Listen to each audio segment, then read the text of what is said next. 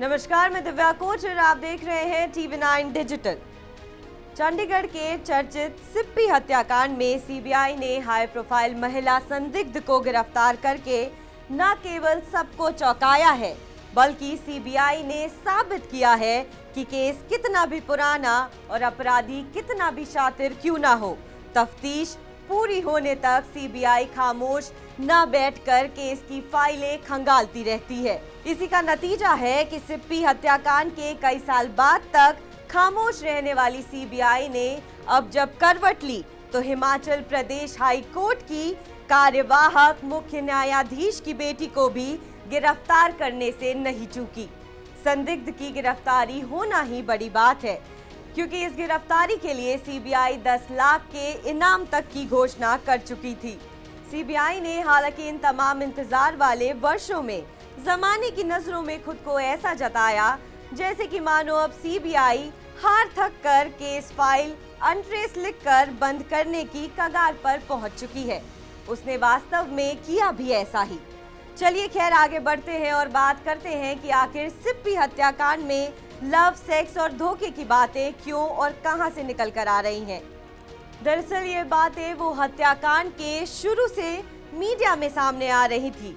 यहां तक कि सीबीआई ने अब जिस कल्याणी सिंह को गिरफ्तार किया है वह 20 सितंबर 2015 को चंडीगढ़ के सेक्टर 27 में मारे गए। सुखमनप्रीत सिंह उर्फ सिप्पी हत्याकांड में पहले दिन से ही सीबीआई की आंख में खटक रही थी। पीड़ित परिवार भी कई बार इस बात को जोर शोर से उठा चुका था। पीड़ित परिवार का तो खुला आरोप था कि ये मामला एक तरफा प्रेम प्रसंग का था। सुखमनप्रीत सिंह किसी भी कीमत पर कल्याणी के साथ शादी करके जिंदगी बसर कर पाने की हिम्मत नहीं जुटा पा रहा था, जबकि कल्याणी सिंह हाथ धोकर उसके पीछे पड़ी थी। सिप्पी के भाई और पेशे से वकील जसमनप्रीत उर्फ जिप्पी सिद्धू मुकदमे में शिकायतकर्ता भी इस बात को कई बार उठा चुके थे।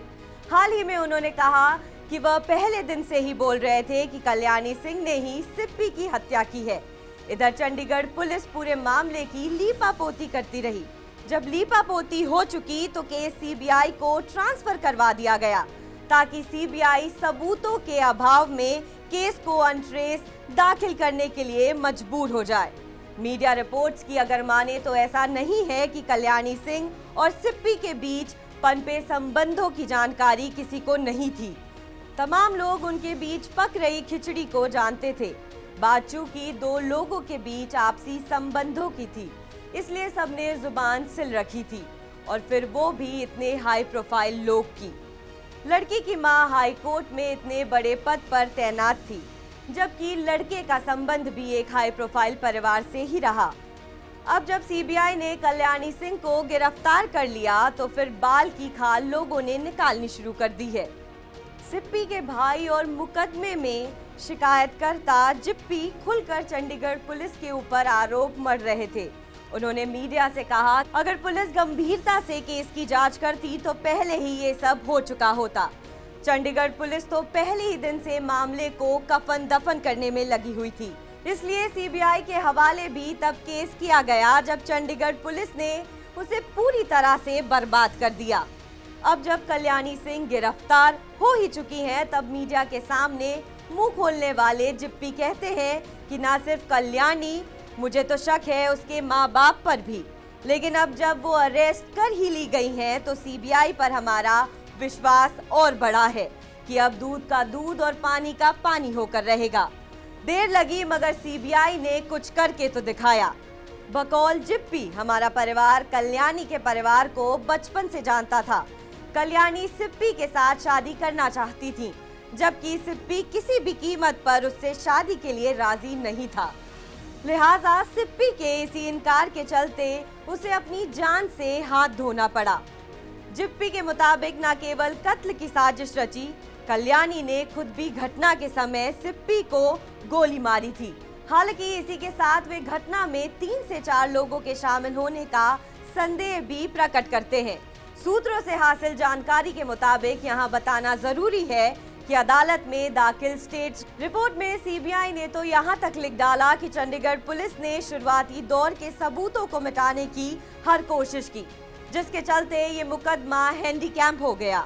इसके साथ ही सीबीआई ने दाखिल रिपोर्ट में सेक्टर 26 की तत्कालीन महिला एसएचओ और एसएसपी ईस्ट का नाम लिखकर भी दोनों के खिलाफ कार्रवाई किए जाने की सिफारिश की थी। यह रिपोर्ट सीबीआई की ओर से दिसंबर 2020 में अदालत में दाखिल की गई थी। जिप्पी सिद्धू ने मीडिया को बताया कि उनके दादा भी जज थे। पिता एसएस सिद्धू पंजाब के एडिशनल एडवोकेट जनरल रह चुके हैं। जिप्पी ने कहा कि वो कल्याणी की मां के खिलाफ अब चीफ जस्टिस ऑफ इंडिया तथा कानून मंत्रालय को शिकायत देंगे, ताकि अब आइंदा सीबीआई पर कोई इस मामले की तफ्तीश में या मुकदमे में दबाव न बना सके। आपको हमारी खबर कैसी लगी कमेंट सेक्शन पर जरूर बताएं। देश और विदेश की तमाम बड़ी खबरों के लिए आप देखते रहिए TV9 डिजिटल। धन्यवाद।